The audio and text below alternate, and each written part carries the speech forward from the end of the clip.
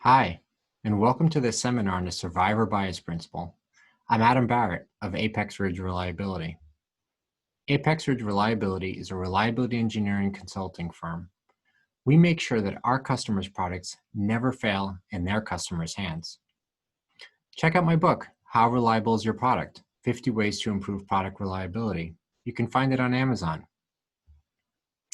And very exciting, this coming year, my second book, Reliability Culture, How Leaders Can Create Organizations That Create Reliable Products, will be published by Wiley and available anywhere that Wiley distributes and Amazon. Okay, let's get on to the seminar. How many times have we seen musicians and movie stars stand on a stage and tell us to follow our dreams? And if we do, anything is possible. This must be the difference between us and them, right? They followed their dreams and we didn't. Well, before you blindly follow your dreams, we should expand the data set a bit. We need to dig deeper, not just make conclusions with the data set that fell in front of us.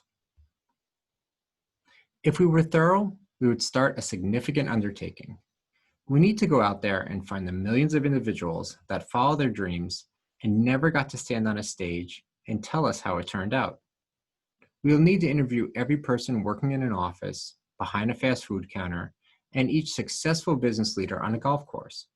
Then include that data set with the stars who are absolutely sure they had figured out the single key to success: follow your dreams.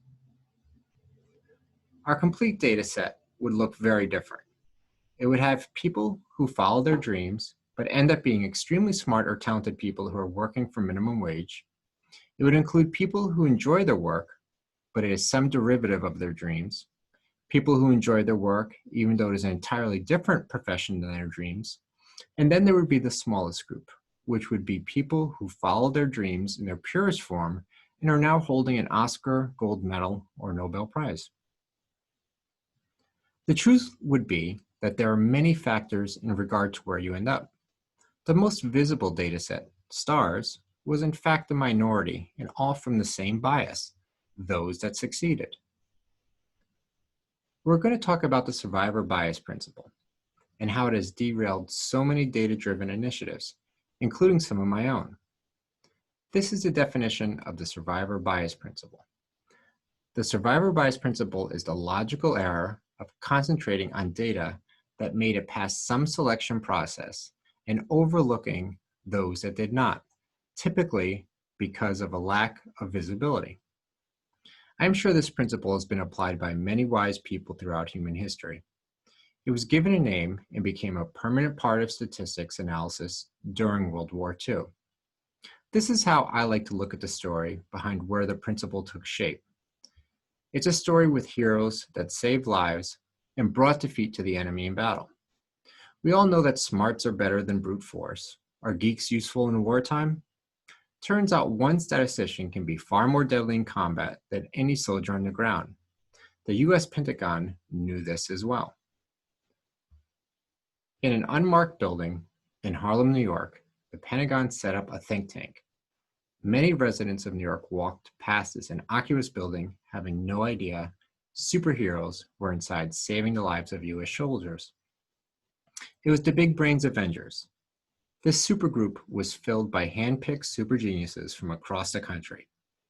The Pentagon's mission was simple: get smart people to solve difficult problems. That group was going to use their brains to help the US win the war, an elite group of commandos called the Math Battalion. No, I wish they'd picked a name that cool. It was actually called the Statistical Research Group. They were dorks, but still heroes. Here is how it worked. Somewhere inside the vast machinery of war, a commander would stumble into a problem. That commander would then send a request to the head of the Math Battalion. I'm going to call them what I want to call them. The battalion would then assign the task to the team they thought would best be able to resolve the issue. Scientists in that group would then travel to Washington and meet with top military personnel and advisors and explain to them how they might go about solving the problem. It was basically the geek squad for issues with the war. In a moment, we will get to the event that created the survivor bias principle. We will also talk about why this plain as chickenpox in this diagram and how it saved lives. But first, I want to give you a taste of what these elite math commandos could do. The Navy had a problem. They would track enemy ships and fire torpedoes from stealthy submarines to sink them, sometimes. Torpedoes from the 1940s were nowhere near as effective as today's torpedoes. They missed their targets far more than hitting them. And there's even an example of a submarine torpedoing itself due to a desperate attempt to improve hit rates by using a complicated maneuver and new self-steering torpedoes. Things weren't going well in the torpedo department. They called war tech support and asked for help. The Navy desperately needed to know what was the best possible pattern or spread of torpedoes to launch against large enemy ships. All they had to go on were a series of hastily taken, blurry black and white photographs of turning war vessels. The panel handed over the photos to one of the Math Battalion and asked for them to report back when it had a solution. The warrior mathematicians solved the problem almost as soon as they saw it.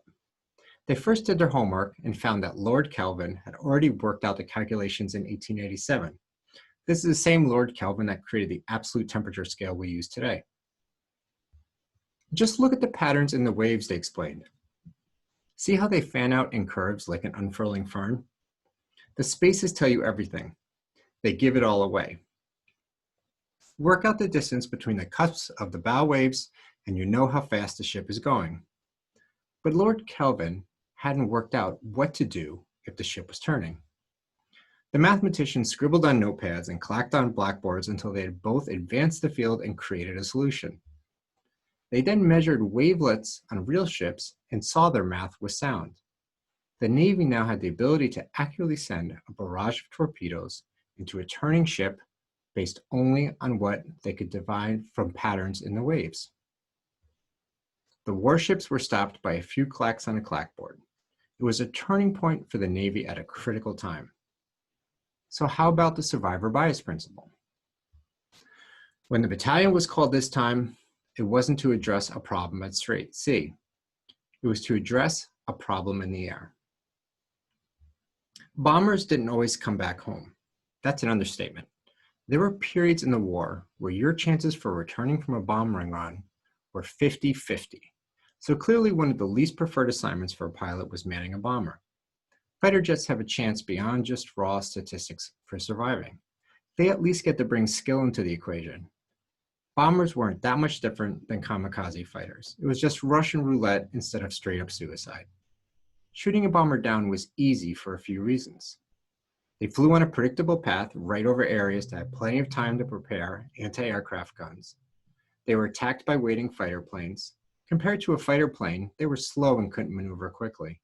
The 50-50 statistic seems kind of generous when you think about what they were up against. The question the Pentagon had was simple. How can bombers' survival rate be improved? They had tried many approaches to minimizing the number of hits a plane took while flying its run. They provided specific turning sequences that would make tracking their path more difficult, although these new paths eventually became predictable as well. Those tactics were a cat and mouse game that barely changed the bomber fatality statistics. So what to do next? What about making the planes better at taking the hits? The Army knew they needed armor to protect their planes, but the question was, where should we put it? Where you put armor on a plane is a big question. You can't just cover the entire plane with armor. It wouldn't be able to fly.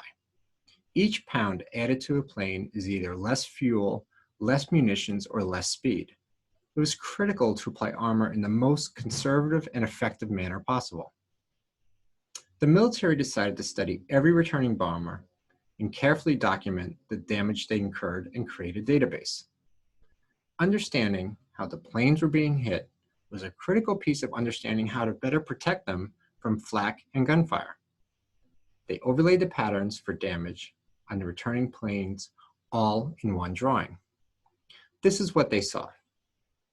They handed the data to the team they knew could solve the problem. It was a very clear picture. The tail section, center of the fuselage, and wingtips were being hit most often. That is where extra armor should be added. That's what the military expected to hear as a response. But Abram Wald, a statistician at the Statistical Research Group, made a glaring observation. Abraham said, "Gentlemen, you need to put more armor plate where the holes aren't, because that's where the holes were on the airplanes that didn't return." So the military would have made a terrible mistake by upgrading the armor along the sections of the planes that were regularly hit in the dataset. The military was only looking at the damage on return planes. It was an incomplete dataset. Planes that didn't return were the ones that sustained damage in ways not seen on the return planes. The drawings actually show the locations a plane could be hit and still return. Unlike the body, tail, and wingtips, the engine was extremely vulnerable. Once hit there, planes went down. The cockpit was extremely vulnerable. An injured or dead crew or damaged controls make it impossible to guide the plane back home. Clearly, there is great structural vulnerability in the rear of the fuselage as well, but not the midsection. These were the data points missing. These are the data points that would have taken a tremendous initiative to acquire. In this case, it would have been very difficult to obtain the complete data set, sneaking across enemy lines and studying aircraft wreckage. But the information that data set could provide was already in their hands if the correct assumptions were applied. With the understanding that they had a truncated data set that was biased to survivors, and then adding the fact that airplanes were likely hit in all locations because anti-aircraft fire was not accurate at those distances. Once we framed a data set we had correctly, it told us a very clear story. So we know that following your dreams is not the only factor in success, and that airplanes that come home were shot in non-critical locations. What does this have to do with our product development work? Let's take a look at some common data set interpretation errors. There are many, but here are my top 8. The easy data set. This is when we do data analysis just with what is dropped in front of us. Maybe it's the old set someone conveniently handed to us when we started a project. It could be a data set based on the assumptions provided to us by an outside source, and we just accept it as fact. We never question what assumptions were used, or even if it fits our objectives. Maybe we collected the data ourselves and then rushed to analyze it, never really organizing it or scrubbing it for information that shouldn't be there. Then there's a selective data collection. This is similar to our survivor bias principle, but not exactly. These are data sets that you, not the source, select a subset of based on perception or a collection practice. You may not even realize that you are consistently editing this data set as you are collecting it. I love this following example because it's from daily life and we all do it. Have you ever been driving your car on a narrow, windy backcountry road? Have you ever come across a person on a bicycle when on the road? They may be in your lane to one side riding the shoulder so you can pass. You of course want to make as much room for them as possible because bicycles can do a number on car paint jobs. So you veer a bit into the oncoming lane to give them ample room. But wouldn't you know it, here comes a car in the oncoming lane. This is going to be a tight squeeze, and as we all pass each other at the exact same time, we find ourselves realizing how close we're coming to a crash. So why does this happen so often? The statistical likelihood that most of the time I pass a bicycle and there's a car coming the other way is really uncanny, almost impossible, like there's a Truman Show type of conspiracy to make my driving more exciting to watch. What if I'm not pulling from a complete data set on that conclusion? Is it possible that in fact there are more times I pass a bicycle and there's no car coming in the opposite direction? That would make more sense. And the oncoming car is a minor event in the bigger picture. In fact, I believe that we aren't editing our data set as we analyze it.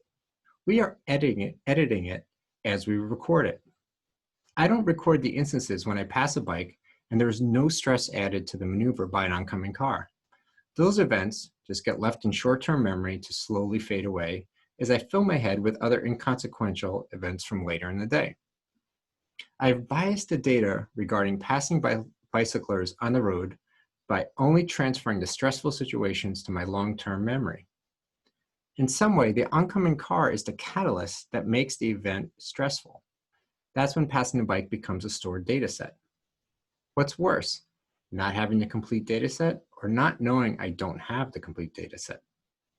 Having a strange conclusion like cars are in the oncoming lane 70% of the time I pass a bike should flag something is wrong with my data set. Keep the selective data set pitfall in mind when things don't seem right after drawing a conclusion. Ask more about how the data set was collected. Another one, data dredging. Let's say you've got a great data set and you've successfully tested your hypothesis. It might be tempting, but don't make the mistake of testing multiple new hypotheses against the same data set.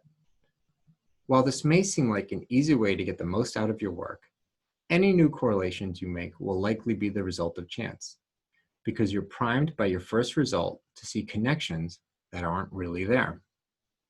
These coincidental correlations are not meaningful indicators of what's happening with the data. Getting tunnel vision. As engineers, we're always looking for data validation. Numbers give us confidence. They give us some quantitative truth, but focusing too much on raw numbers can also be misleading. It's like not seeing the forest through the trees. Analysts who focus too much on a metric without stepping back can lose sight of the bigger picture. False causality. This is making a connection between a cause and an effect that doesn't have much linking it together other than a knee-jerk reaction. I don't have to give examples of this for you to understand it. I'm quite confident that each of you have done this or witnessed it, probably both. Of course, I'm going to give examples. Bill coming to class causes the bell to ring. There is no relation between these two other than they are both on a similar schedule. Another is depression causes terminal illness. This one is just backwards. Volunteering causes you to get better grades in college. The real correlation is that individuals who are diligent about extracurricular activities are good at being intentional and organized. And this is also a good trait for studying. It's two outcomes from the same source. There is no link. Having more books in the house makes children better readers. This was actually believed and acted upon by some school districts about 20 years ago. It drove a large initiative to get more books in the homes of reading underachievers. It has no effect on improving children's reading, actually. In fact, the difference in reading levels was because of parents who often read to their children at home compared to those who didn't would have books in their house. It was a secondary artifact that parents who read to their children also purchased many books. Those books were for themselves and their families. Just placing the books there made no difference for the children. Lack of statistical significance. You've run a test, you've gathered your data, and you have a clear winner. But make sure not to draw your conclusion too early without real statistical significance. This mistake is common when running conversion A/B tests, where the outcomes might seem obvious at first, with one test outperforming another. But it's important not to rush to a conclusion too early. Make sure you have high probability and true statistical significance in order to identify the winning variation. For example, when executing A/B tests, it's recommended to have a 96% probability and a minimum of 50 conversions per variant to determine a clear outcome. Outliers. Outliers should be focused on or ignored. That doesn't sound like a helpful piece of advice at all. Which is it? Focused or ignored? I think what I'm trying to say is it's important to think about how to treat outliers specific to each analysis. There is no solid rule of thumb that can be applied across the board. Take the time to try and understand what the outliers are about. Don't just leave them in the data set and treat them like regular data points. So when should we focus on them? When our testing objectives are with a small sample size, or we are in pursuit of an odd behavior, which is often the case with a failure mode. When should you ignore an outlier? If it doesn't fit with the outcome you were hoping for, just throw it out and don't tell anyone.